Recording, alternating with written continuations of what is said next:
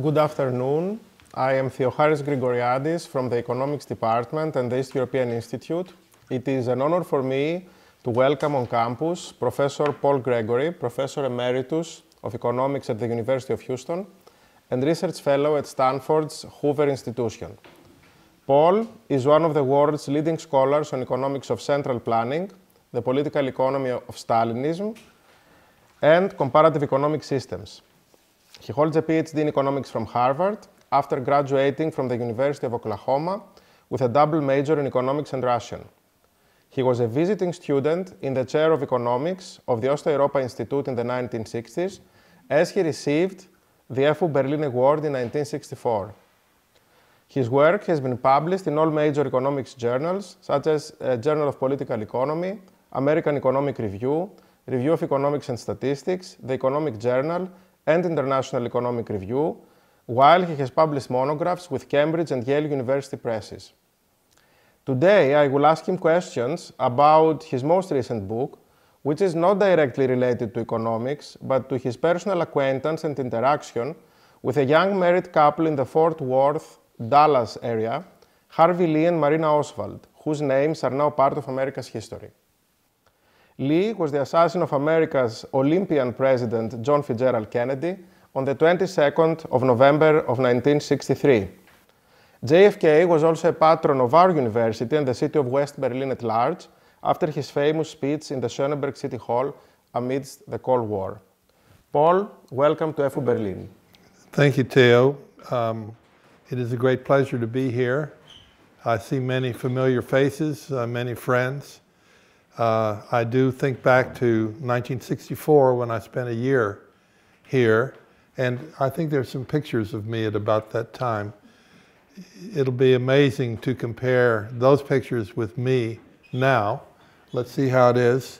This is me and my father, Pete, who was born and raised in Siberia and emigrated to the United States, where he got a degree in mining engineering from Berkeley. That's me, age 21.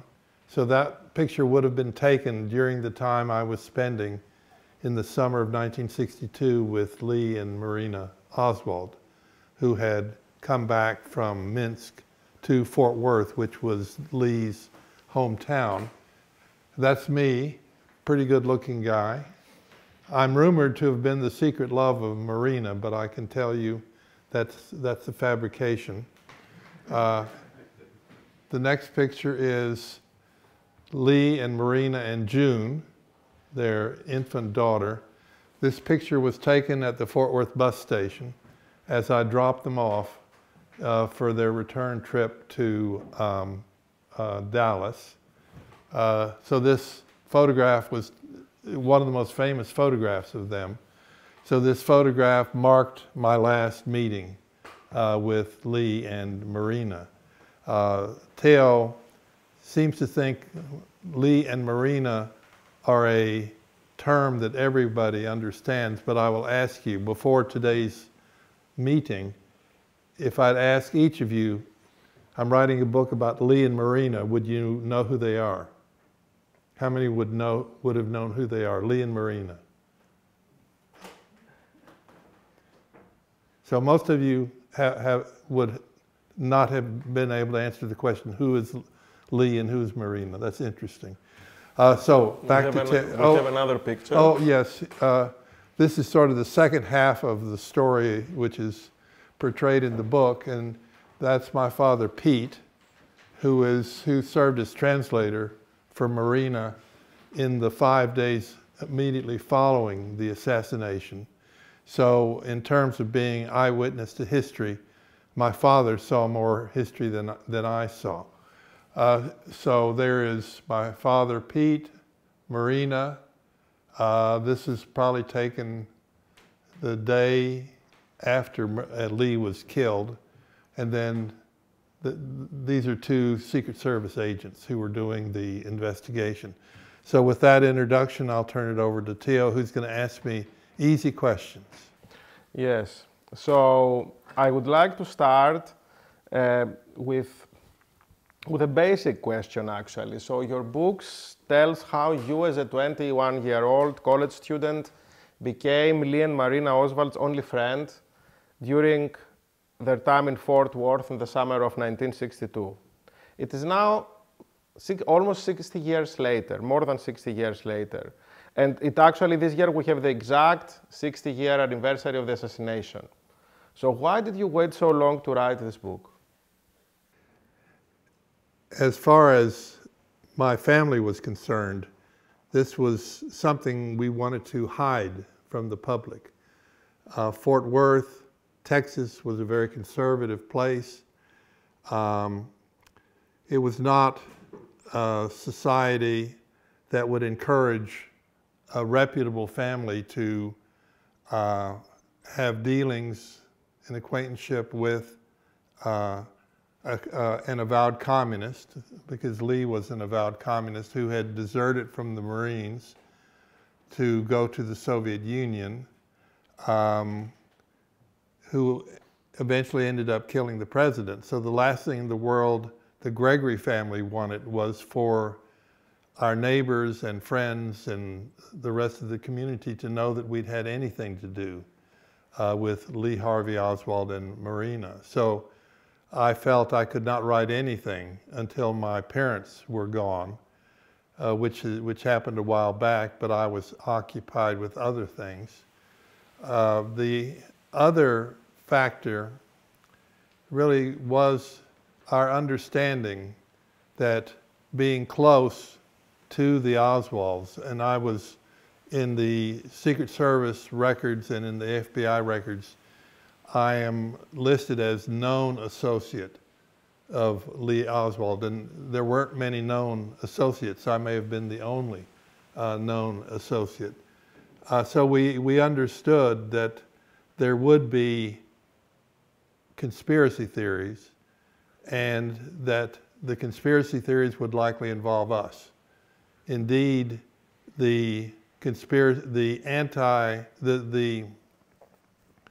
one of the conspiracy theories that was cooked up, we now know, in Moscow, and it was designed to portray Lee not as an avowed communist, but as a Nazi or as a right-winger or what have you.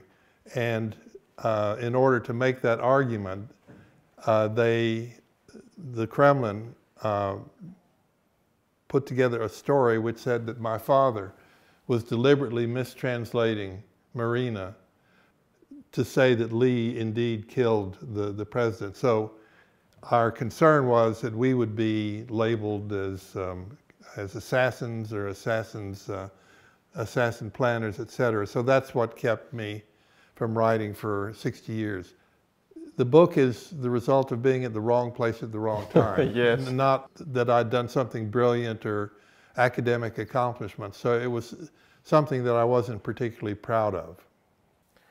Yes, but in any case, you describe your book as a tale, as a story of yourself and also your father. Your father is a very central figure in this book. He is the first one of the Gregory family that meets Harvey Lee Oswald when he comes from the Soviet Union to the Fort Worth, Texas, Dallas area.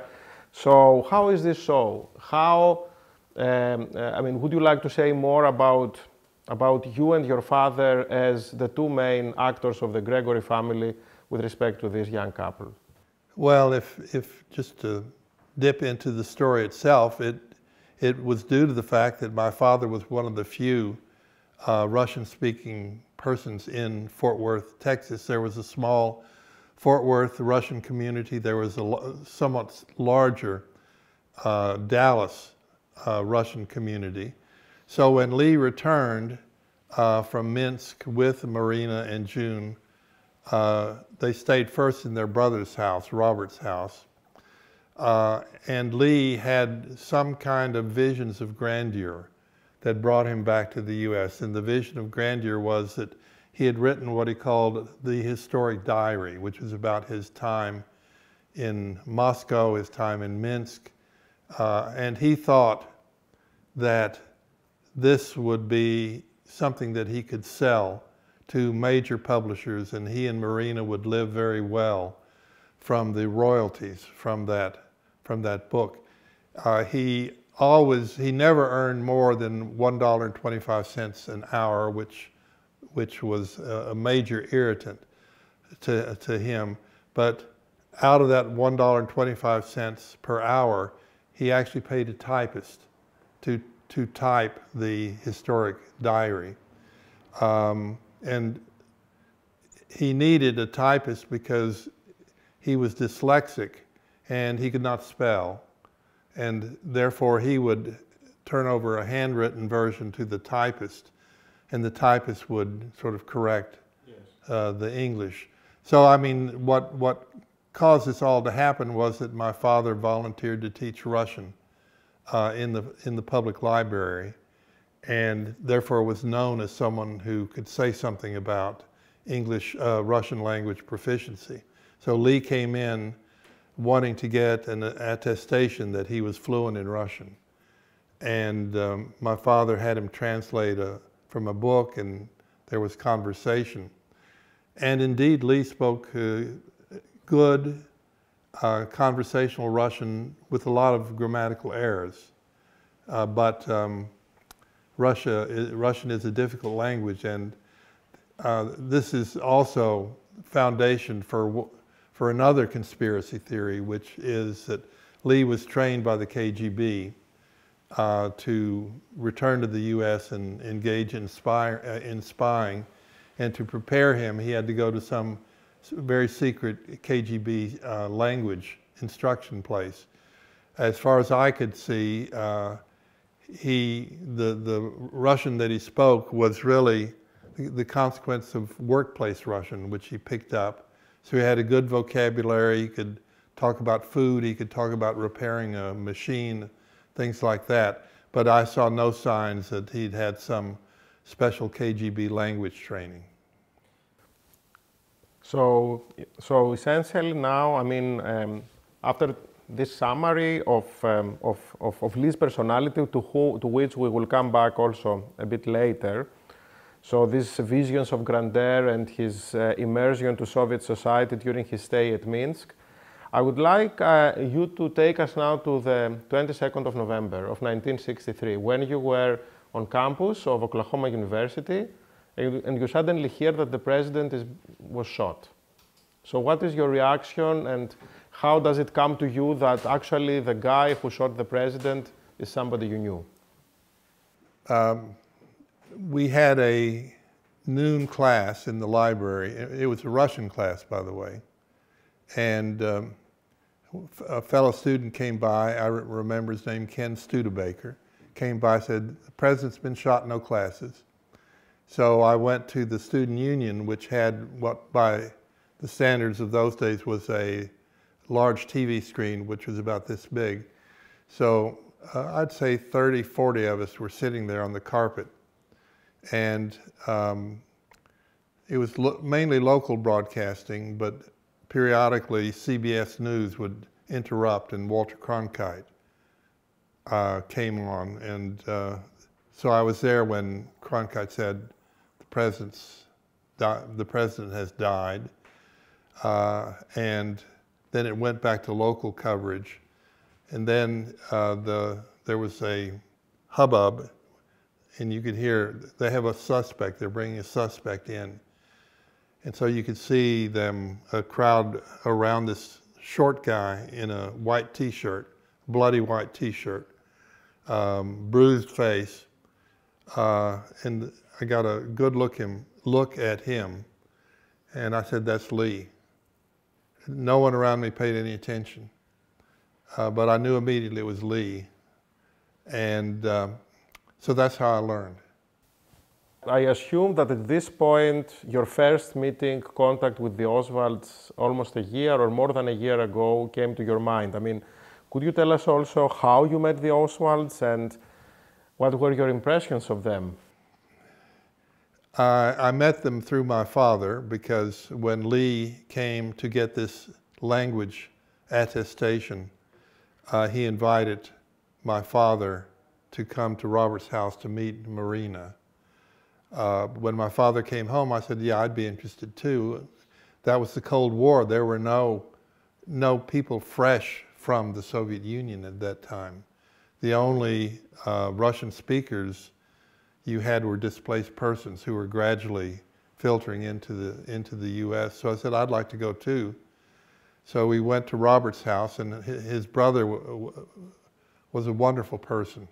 But I don't want to spend time on that other than to say that his brother was a very good human being, as was his half-brother. So it was the mother. Perhaps we can talk about her later. But we met, and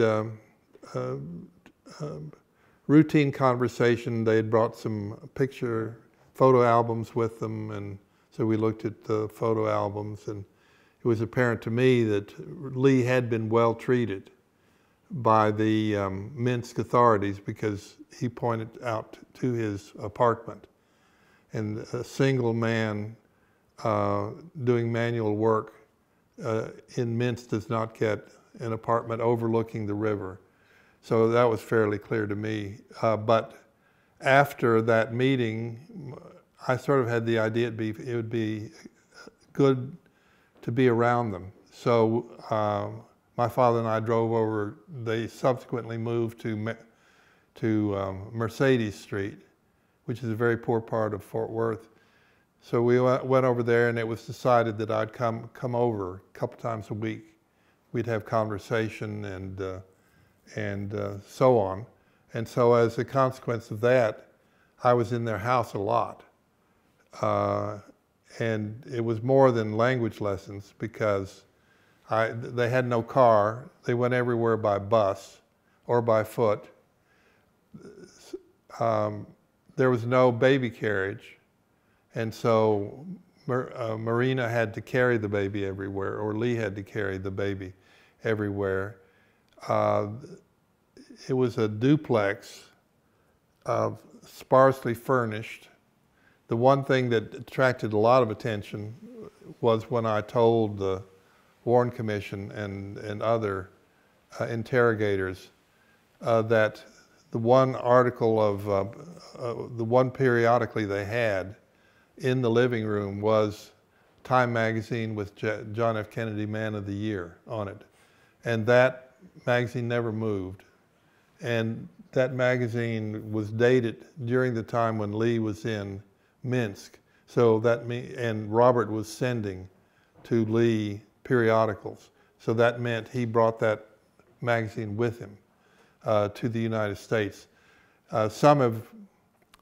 A lot of people have tried to make a lot of this, that hatred of JFK. No, it's an admiration of JFK. I do know that when I asked Marina about it, she expressed great admiration for JFK and for Jackie, because she saw Jackie with the kids. The kids looked like they were well brought up, and so if anything, and Lee did not deny what Marina was saying. So if anything, I took from that magazine that there were positive vibes about JFK and Jackie in that poor duplex. So quite the opposite from what happened later. So essentially no discussion or no hint could have pointed out in the direction of what actually happened. So essentially, so you have already implied that you were present in their family life. So what could you say about their interaction, about the relationship between Marina and Lee? Because Marina, I mean, in public media, she was packaged with Lee. She later on actually not. She was seen as not identical to him. So how would you evaluate this dynamic among them? Well, remember, I was 21 and not very observant. I did observe a black eye, and there were probably more. I just didn't see them. The black eye, my seeing the black eye occurred when I knocked on the door. Marina opened, very prominent black eye, and she looked at me as if to say, "Don't ask me about this." I also witnessed rather dramatic incident where we were leaving the apartment. It was on a stoop, so you had to step down. And Marina fell over backwards and hit her head. She was holding June. And June started screaming, and Lee started screaming. And I thought he would rush to Marina, you know, are you okay? Because she fell on her head. But he kept shouting at her for about 10 minutes before he calmed down. And they raced inside. They had some Dr. Spock book about how to raise kids. So they read in there about June, no attention to her injuries. I think, you know, Lee was not someone who spoke a lot.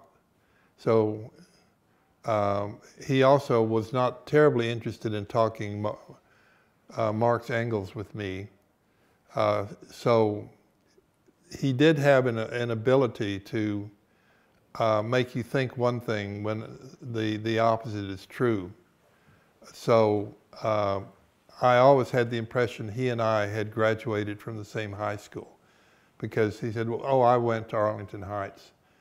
And it was not till I drove them out that I learned that no, he'd spent like a month at Arlington Heights, but he never claimed to have graduated, but it was implied in his behavior. I saw a lot of that. So he would just shrug his shoulders and make you think that that had some meaning to it. What is really interesting is the role of the Gregory family in actually inadvertently shifting the Oswalds from Fort Worth to Dallas, where the assassination took place. So actually you introduce the Oswalds to Dallas Russians, so to this emigre white Russian community that resides in Dallas. You invite them to your place and you introduce them to Lee and Marina. And there, Lee is starting a tirade about how good communism is in front of those people that actually escaped Russia in order not to live under communism. So how was that dinner in your place, which oftentimes you consider as a central point also towards the assassination of the JFK? Yeah, I mean, there are probably hundreds of such incidents. Of course. It was kind of a funny story. Our introducing, first of all, my mother didn't want to have anything to do with these characters. So she sort of reluctantly went along when we invited them to dinner to meet the Dallas Russians. The Dallas Russians themselves were very anxious to meet Marina. They didn't want to have anything to do with Lee as this commie who deserted the land of milk and honey of the United States. So they were in a dilemma because they were just itching to meet Marina, but they couldn't meet Marina as long as Lee was sort of in the story. So they, one of the Fort Worth Russians, a woman who was of noble birth, by the way, her husband was a lawyer and had somehow contacts with the FBI. So the Dallas Russians asked him to ask the Fort Worth FBI whether they had Lee under surveillance and whether it would be safe for them to meet Lee. So that was only, and by the way, this invitation occurred after I'd witnessed this accident, which really revealed Lee was kind of a wacky person. So I should have at that point not promoted the idea of inviting them over. But we did invite him over, and the leader of the Dallas Russian community, George Bucha, who was also of noble birth, and was from St. Petersburg Gymnasium, right? He was a graduate of the gymnasium. Very famous gymnasium, and his father worked for the Tsar, etc. Yes. So, in any case, they arrived. No one was interested in, and this was actually sort of symbolic because in Minsk, Lee was the center of attention, the only American around, and the girls who were studying English swarmed around him.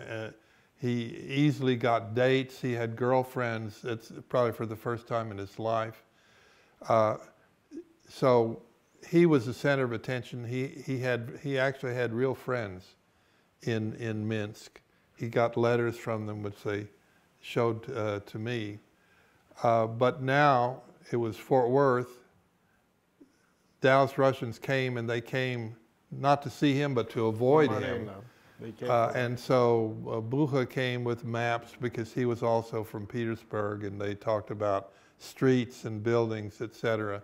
And Lee was just kind of wandering around our house. And so I said, I'll go sit with Lee. So I went into what we call the den, and there was Lee sitting there, forlorn, I would say. So I said, we sat there not speaking until my mother said, dinner is served. So we went in. And the Dallas Russians had agreed that they would behave themselves around Lee. But one Anna Meller, Ukrainian, strikingly beautiful woman, she couldn't resist. So she started baiting Lee. You know, why in the world did you go to the Soviet Union? Everybody knows it's a cesspool. This is the land of milk and honey. We have democracy. We have, everything is good here.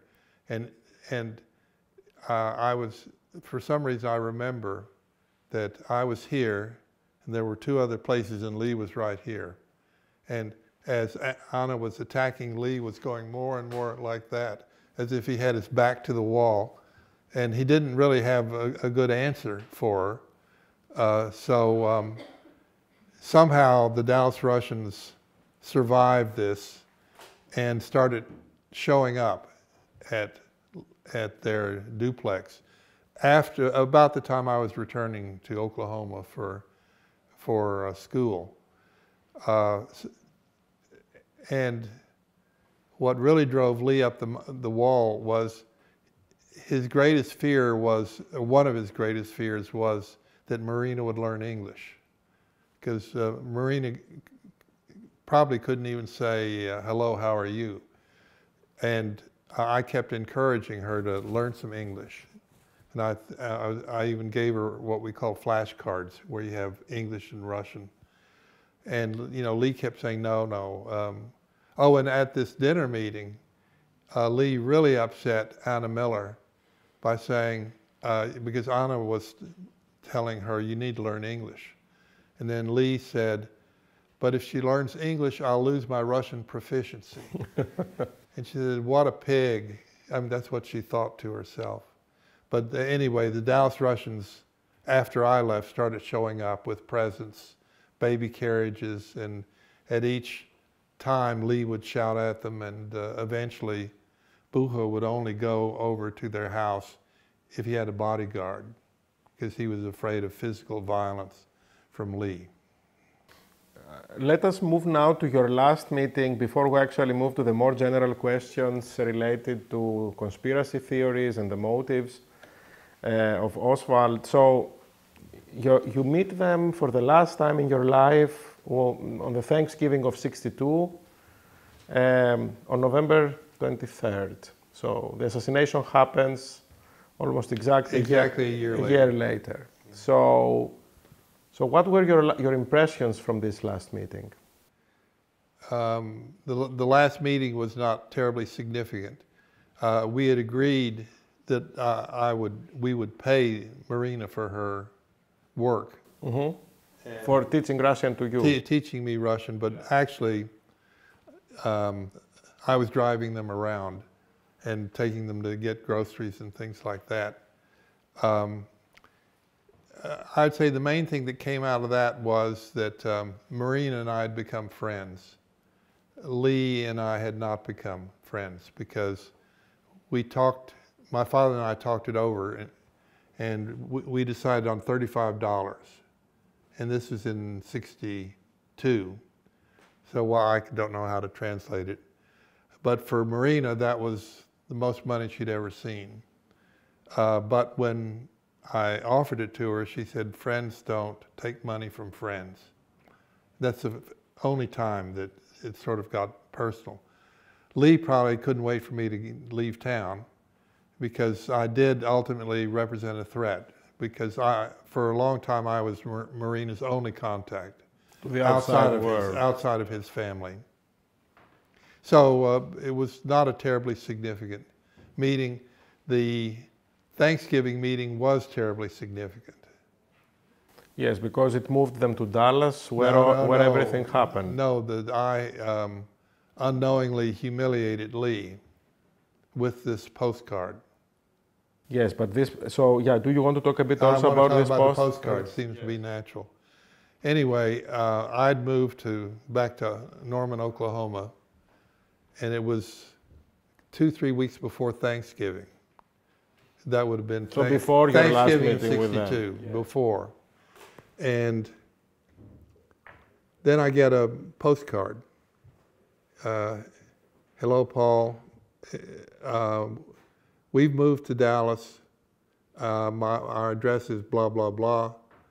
I have a good job. Why don't you come and visit us? That's, say, 2-3 weeks before Thanksgiving.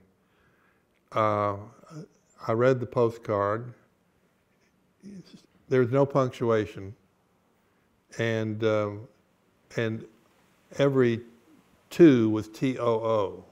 So there's no such thing as T-O. It was always T-O-O. So I said to myself, well, Marina must be studying English. So I wrote back a long letter to Marina saying, you know, I'm happy that you are finally studying English, but by the way, you made these mistakes. That letter disappeared, by the way, although they kept all the letters they ever received. So on Thanksgiving, when Marina called me up to drive them to the bus station, well, to bring them to the house and then to the bus station, her first words were, I didn't write the letter, Lee wrote it.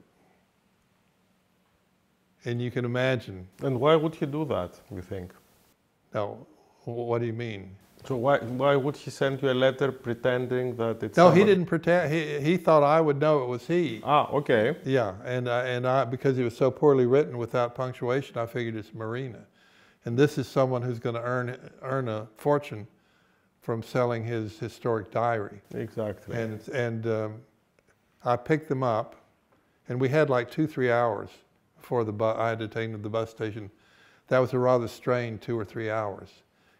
Because who knows, in terms of what ifs, I mean, Lee could have done me in at that point, because I'm sure he was quite angry at me. Yes. So that's more significant than the last lesson.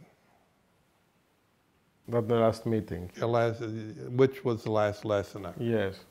So, I mean, the US government, I mean, I think in the last days we heard President Biden saying that almost all files around the JFK assassination case will be declassified. Some of them, a small portion, will not. So the question, the big elephant in the room relates to whether Lee was actually capable of murdering JFK and actually do it alone. Because there are several conspiracy theories that say that he was an instrument of somebody. So let it be the Cuban government, the Soviet government, the mafia. So what is your opinion about it? I call it, he was a perfect instrument of a low-tech assassination, because in terms of money, it cost him under $200.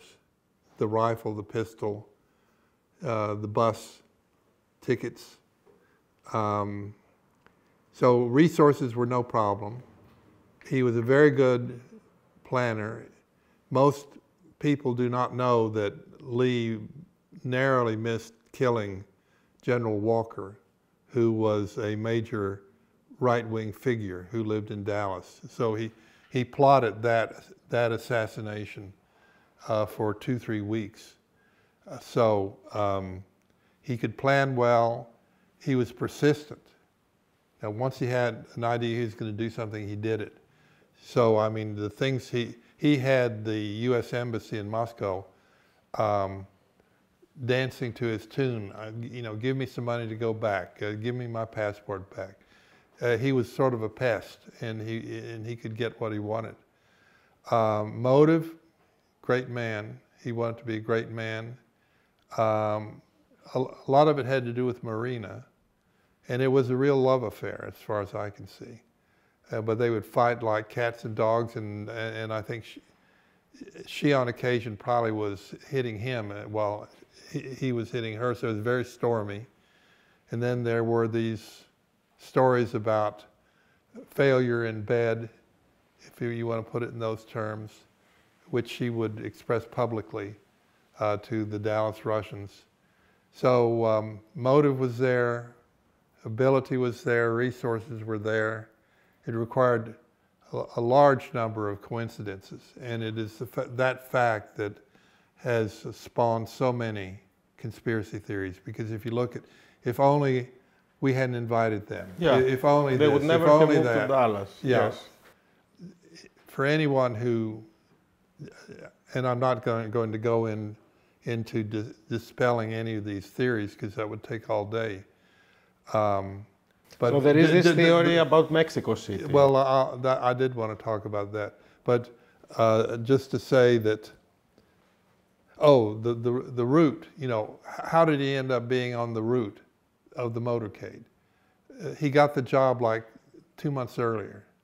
JFK wasn't even scheduled to do Dallas. It was only at the last minute when the local politicians started lobbying. And the route was not set until a few hours, so no one could have planned that out. But the motorcade would pass from Dealey Plaza, where his job was located. Yeah, no one could have plotted that out. I would say the crux of the matter is his trip to Mexico City. Yes, because the foundation of virtually all of the conspiracy theories, at least relating to Soviet Union, Cuba, and even mafia, was he went to Mexico City to get his marching orders. And maybe they came from the Soviet Union, maybe they came from Cuba, but that's the reason he was in Mexico City. So when he left, he was basically an armed assassin ready to go. If you read his correspondence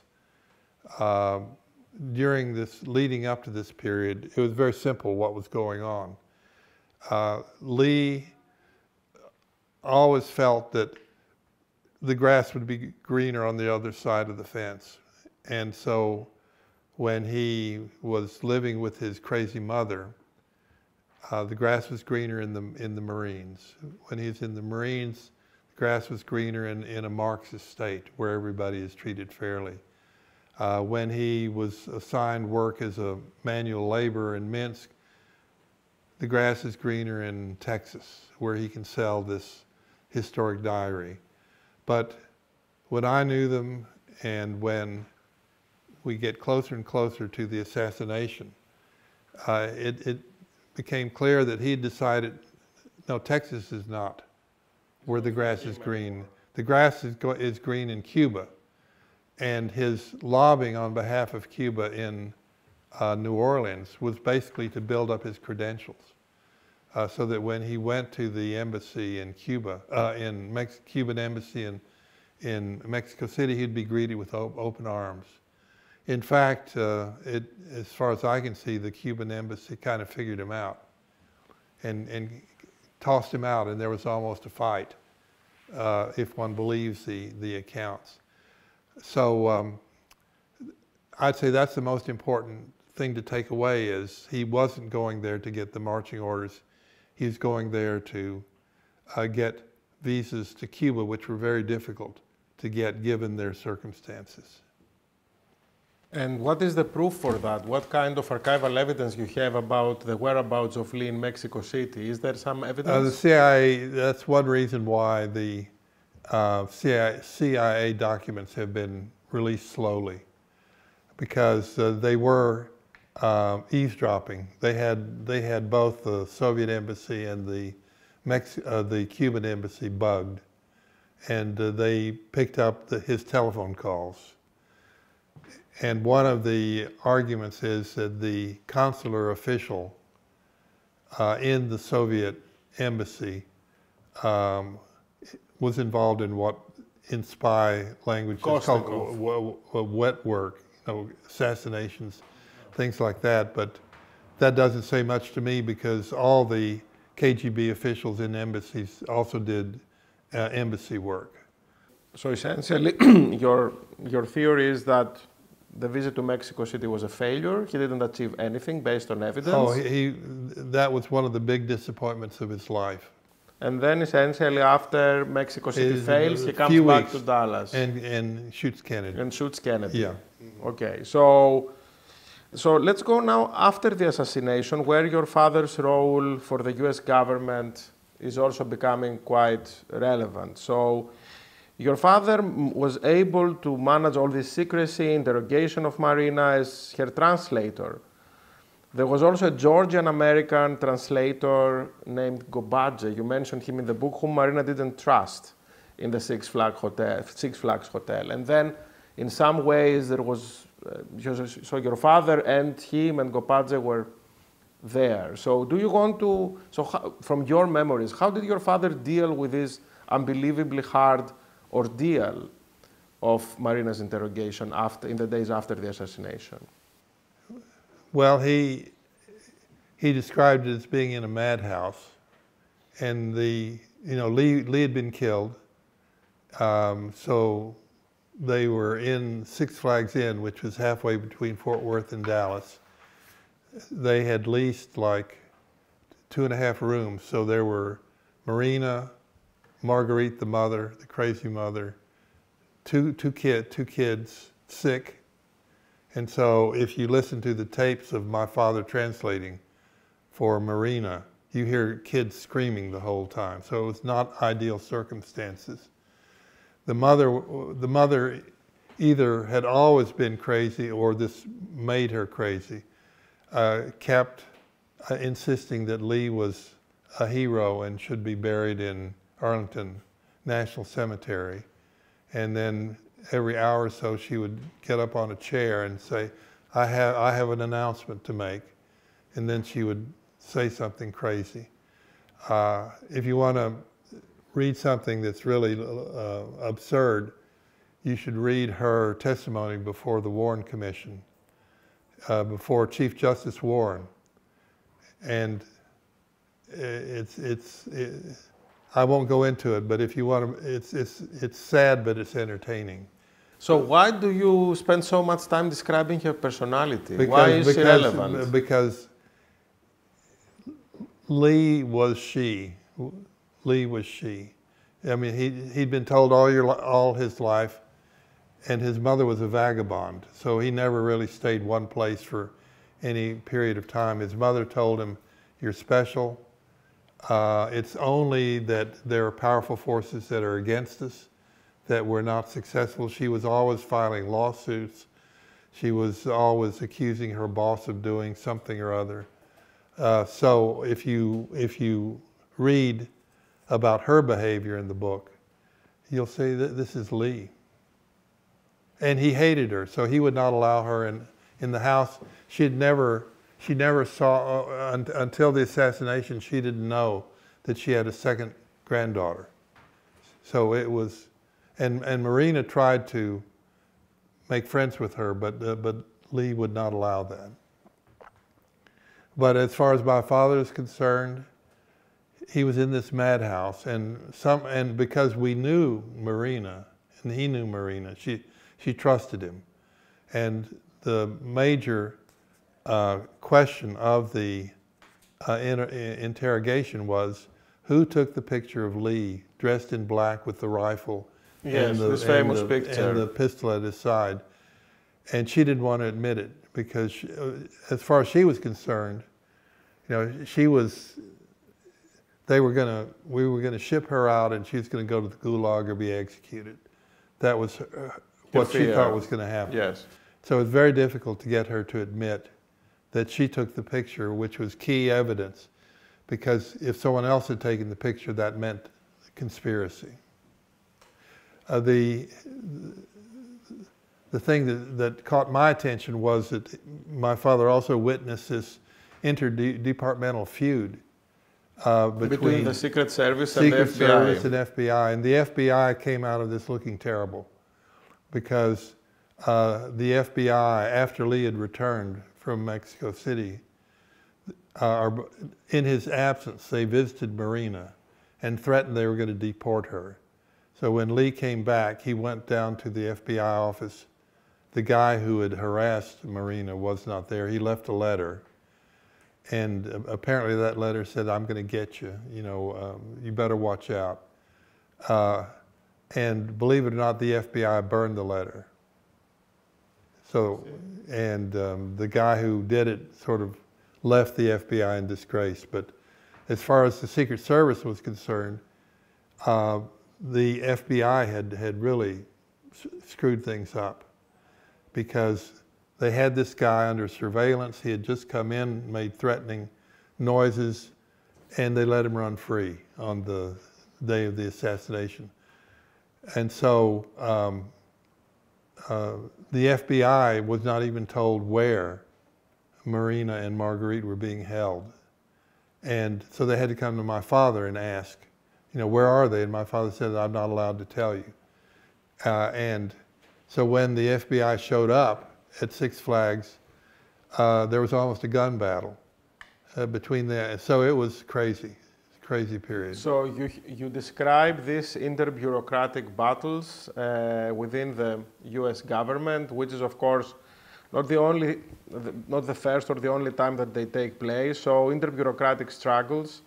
But I mean, now to go to a more general framework, a general picture of your experience writing that book and witnessing the facts.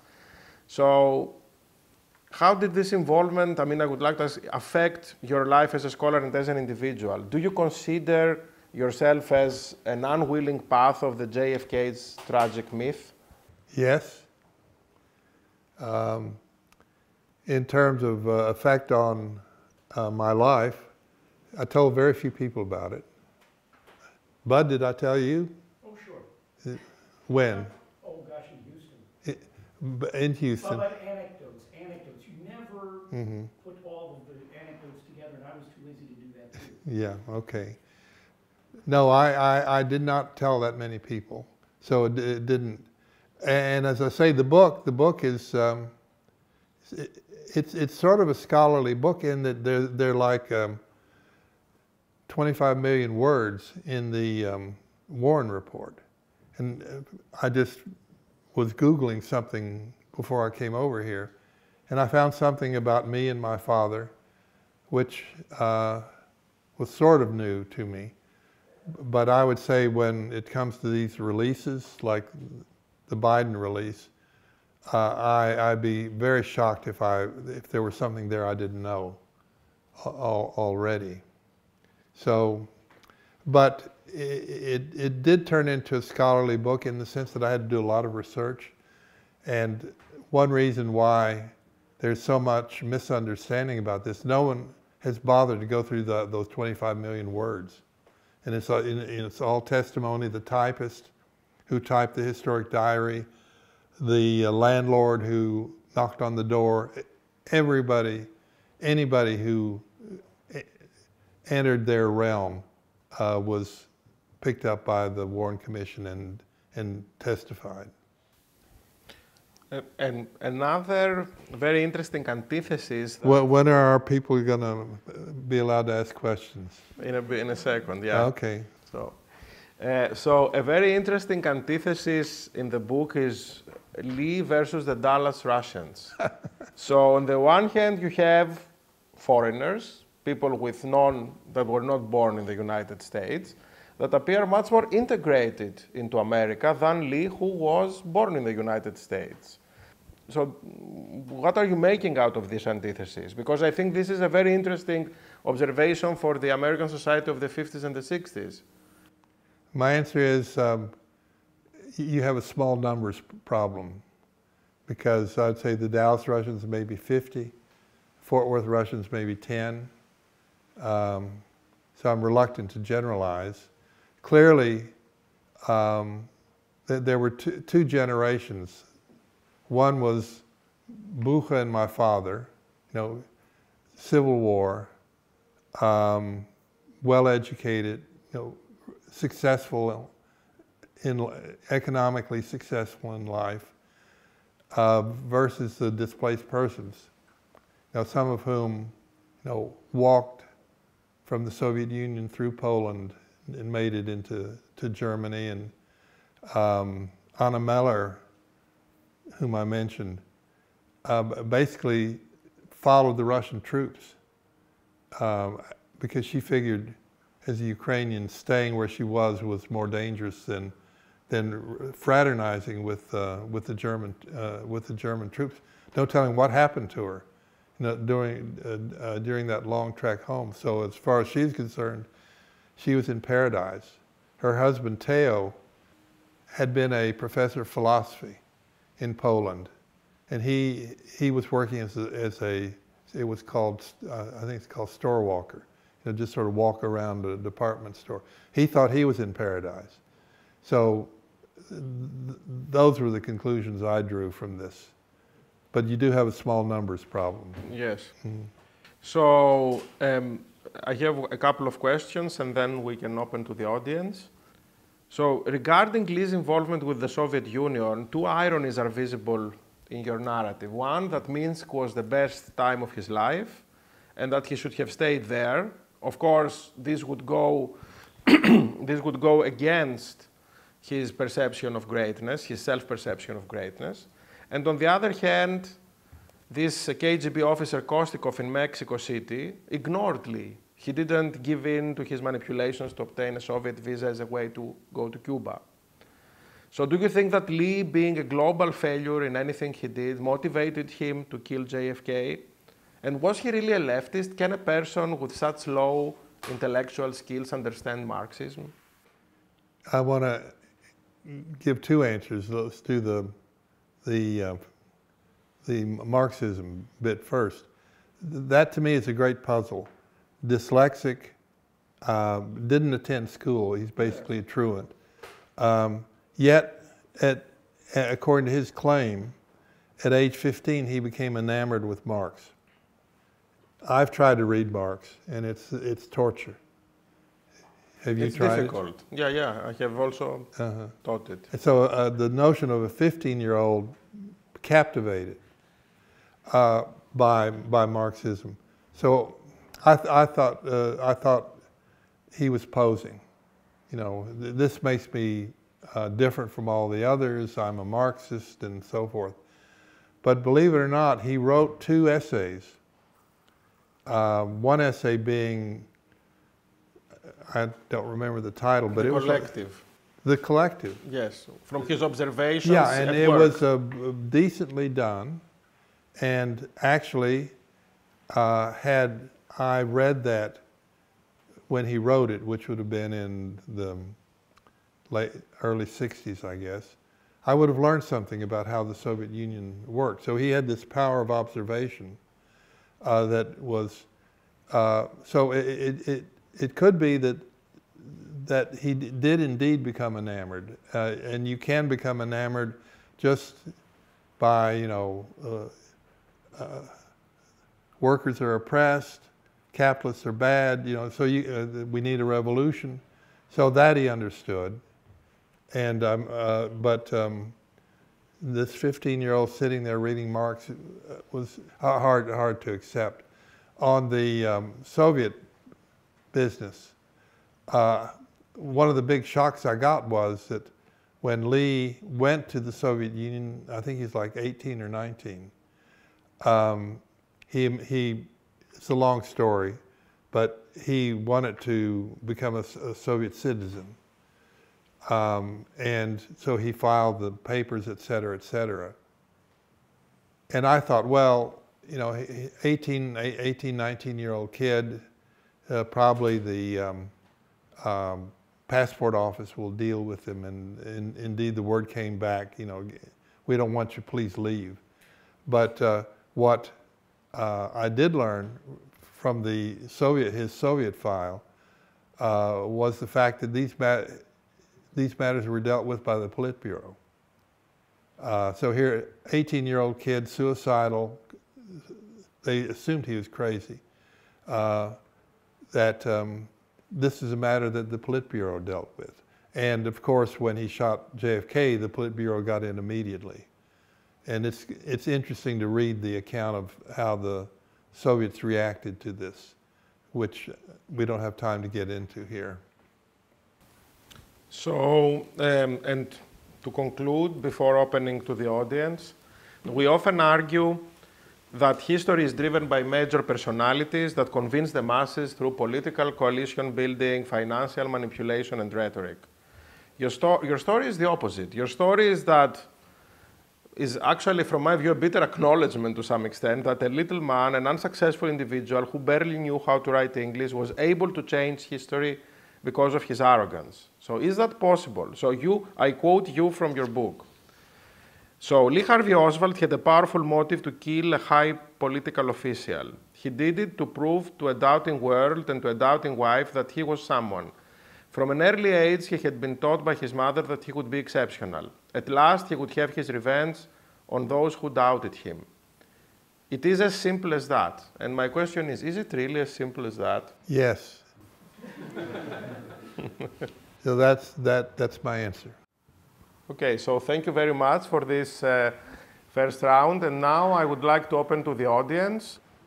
Someone be brave. Good. Mrs. Park, yes. How was the reception of your book in the US? It's had a remarkable number of reviews, which are very good. Of course, the conspiracy theorists hate it and just ignore it. So it has not been, well, I would say I once made a list of, say, interviews, and some of the best ones are like Book Notes, C-SPAN Book Notes, Peter Robinson. So, you know, the people known for being good interviewers on interesting subjects have all jumped in. It has not been reviewed in New York Times. It's sort of been half reviewed Wall Street Journal. So I would say I was very pleasantly surprised by the reception. Whether that recognition will translate into sales remains to be seen. But I did write it as a trade book, which, as someone who's used to writing for university presses, it's a different business. Okay, so we had one brave question. Bud, what's your question?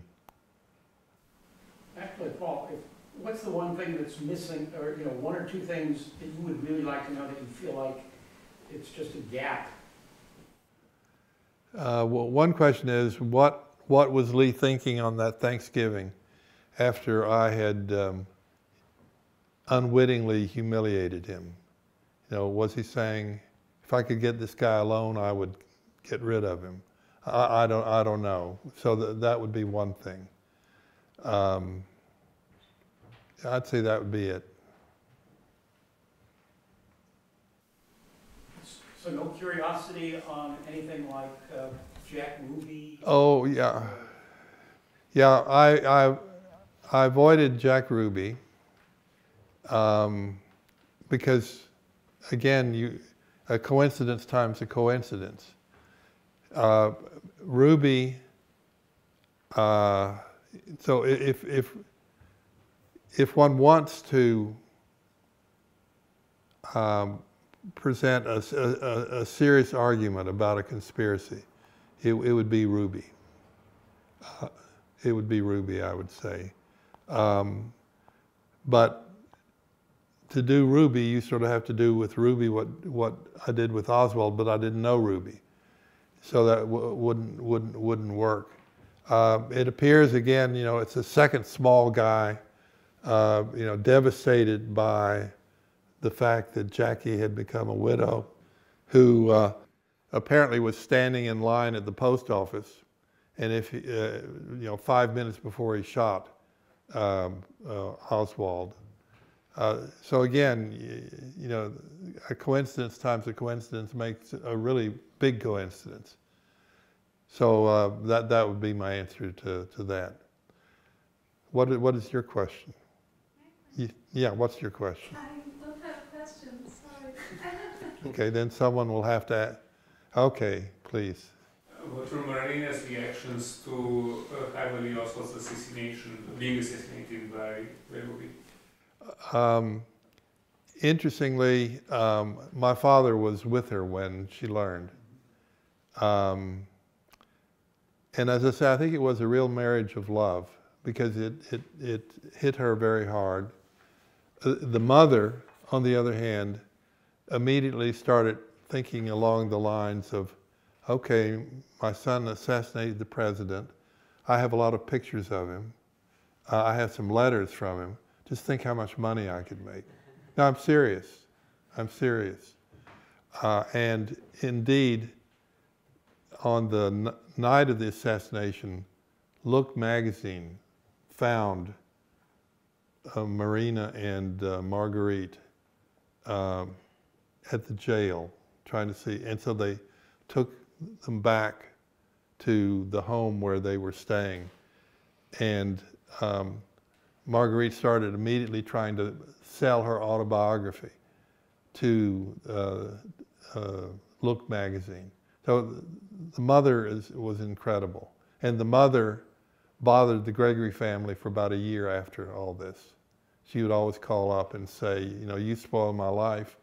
I can't see my grandkids because of you, and so on. But Marina may have taken the assassination of Kennedy as badly as the assassination of her husband, because she had such a high opinion. And by the way, somebody anonymously sent me audio tapes of my father translating for Marina. And on the evening after the assassination, Marina was arguing that Lee could not have killed Kennedy because he liked him so much. Her tune changed the next day. But anyway, that was something that surprised me. Susanne Stretling? Yeah, hello. I haven't read your book so far, but what I understood from the interview right now is that, well, first of all, a motivation for writing that book was also your personal affiliation, and or that there was a double motivation, maybe your personal affiliation, your personal acquaintance, but also an idea of how to place Oswald in American history. Yeah. So my question, I guess, would go to, was this book also about finding out maybe where your place is in American history? And I'm not asking this because I think you want to kind of be part of big American history, but I think that when we write about things that address us personally, we can write about that in the form of a biography, or we can kind of understand ourselves as part of being a bigger picture, as being a part of a bigger picture. And is this book also about you trying to figure out where is your part in this bigger picture of American history? Very interesting question. It's about 5 questions. I would not have written the book if I had not known Lee and Marina. There was not enough material for there to be a book unless I did the research, like reading the Warren Commission transcripts and things like that. Being at Hoover Institution, which is very heavy on on history, there was a scholar there who was an expert on the Lincoln assassination, and I told him about it, and he kept bugging me all the time. You know, where's your first chapter? And I finally sat down and wrote something, and he read it, and he said, "You do have a good sense for the narrative, so you can write a good book." So, with respect to my own place in history, I would say it's there primarily because Oswald had so few friends. You know, I would say he had like 2 good friends in Minsk. He had me and a rather odd fellow, De Morgenscheld, part of the Dallas Russian community. So he didn't have anybody. And by my count, there are like 3 left who actually knew Lee.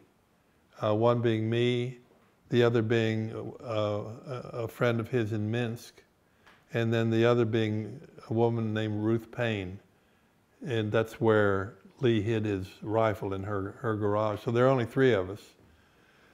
So that whether that qualifies for a place in history, I don't know. If there had been 10 of me, I probably wouldn't have written the book. The thing that struck me most was how good my memory was. My memory is not very good, generally, but if I have time to think about things, I can remember them. So, you know, the fact that I can remember that dinner, and I can remember exactly that Lee was right here, and that Lee was going like that back in his chair. So, you know, whether that, but I never thought, well, let's write this so that I become a part of history. If I would have regarded that as fairly odd. No, what I meant was rather, there are certain points that when we understand that we are part of history, we usually live our lives and we aren't necessarily conscious about that we are part of history, but we're kind of closed up in our singular lives. But then there are moments when we understand that we are part of history, and maybe this is just also about, the book is also about this. Well, and Theo picked this up. I did try to make this a story of the time and place, because for me, you know, Dallas, Fort Worth, in the 60s, early 60s, you know, there was an interesting mood, interesting politics, things like that. So I sort of wanted the reader to place him or herself in that milieu of Dallas-Fort Worth, which I knew quite well as a person. I don't know if I'm getting at your question or not. Robert, what's your idea? My question would be a question that as Russians had. How did Marina compare life in the Soviet Union to life in the US? Because, I mean, this must have been a topic of conversation. She thought she was in paradise, I think. That's all? Well, as long as Lee kept her clueless, and that was a big part of his goal, was to keep her clueless, and the best way to do that was to make sure she didn't know any English. I mean, when they went over, Robert lived in a normal house, had 2 kids. So when she went over there, which was not often, in fact, I don't know if she ever went over there other than when they first arrived, or that Thanksgiving. I mean, she'd see he has a nice house, and she could extrapolate and say, well, this is probably not unusual because the house is nearby. But it's, you know, the fact that she never complained. She never complained about the heat.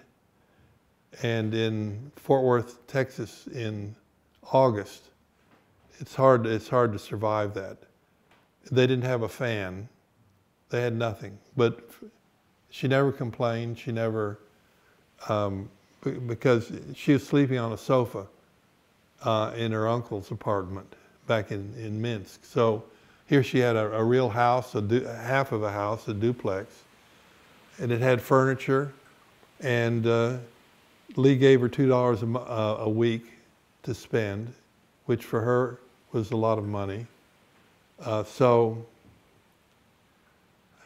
Oh, well, I can answer your question clearly because her biggest fear after the assassination was that she was going to be deported. So she very much wanted to stay in the U.S. and that's what set Lee off when the FBI visited her when he was in Mexico City, because the agent threatened her with deportation. So that's a clear answer. Okay, you do have a question. Yeah, I did read your book, and I don't know if it's an important question, but you said Lee's mother has an important role in his life. Do you know something about his father? Father died before Lee was born. And do you know his job, or? It was a white-collar job. I think somehow Marguerite had 3 husbands. Lee's father died. I guess the others were divorced. But I don't know a lot. The picture of him, he looks like a sort of normal middle-class person. Yes, again, yeah. Yes. And then, yeah. Okay. In the beginning, you said that when you were talking with Lee, you didn't notice the KGB language. It means that... I didn't hear what... In the beginning, when you told about the Lee, you said when I was speaking with him, I didn't notice any KGB language. KGB language training. KGB language training, so it means that you know KGB language. No. So, the only assumption would be that if he went to a special school, they would teach him proper grammar. That would be the assumption. okay, I thought that you know KGB language. No. I want to ask whether you know. If I did, I would keep quiet about it. Yeah.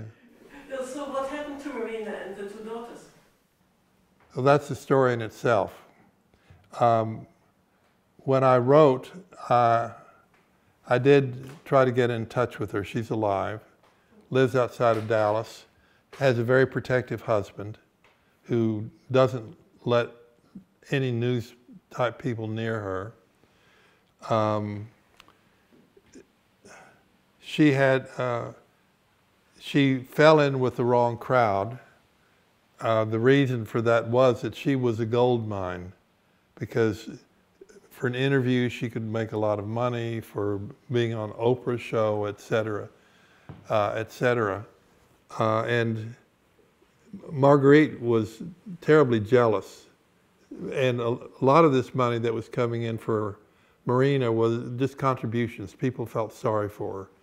So Marguerite, when at Six Flags Inn, they'd bring in a whole bunch of mail, and it was all addressed to Marina. And Marguerite would say, where's my money? But even though she had really some crooked business managers, she had enough from those contributions to buy a house. So she did okay. Although I, of course, am not an observer of this, she had a life of considerable promiscuity until she married the second husband. In fact, some liaisons which were recorded by the FBI, and I don't know if Biden has released. We don't want to talk about that right now. Anyway, she's very fortunate in the fact that her second husband took good care of her, kept her out of public sight. Excellent. Do we have any more questions? Let's let Tia, okay. Yes. Just a personal question. Do you believe in destiny? No. Well, thank you for being an attentive audience. Theo, thank you for arranging all this. Thank you very much. Yes. Audience.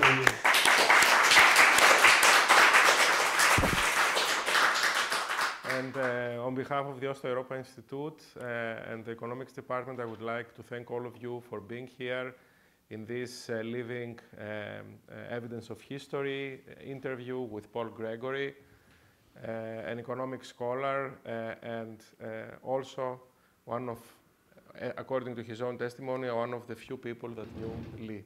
Paul, thank you very much for visiting us here. No, thank you for the invitation.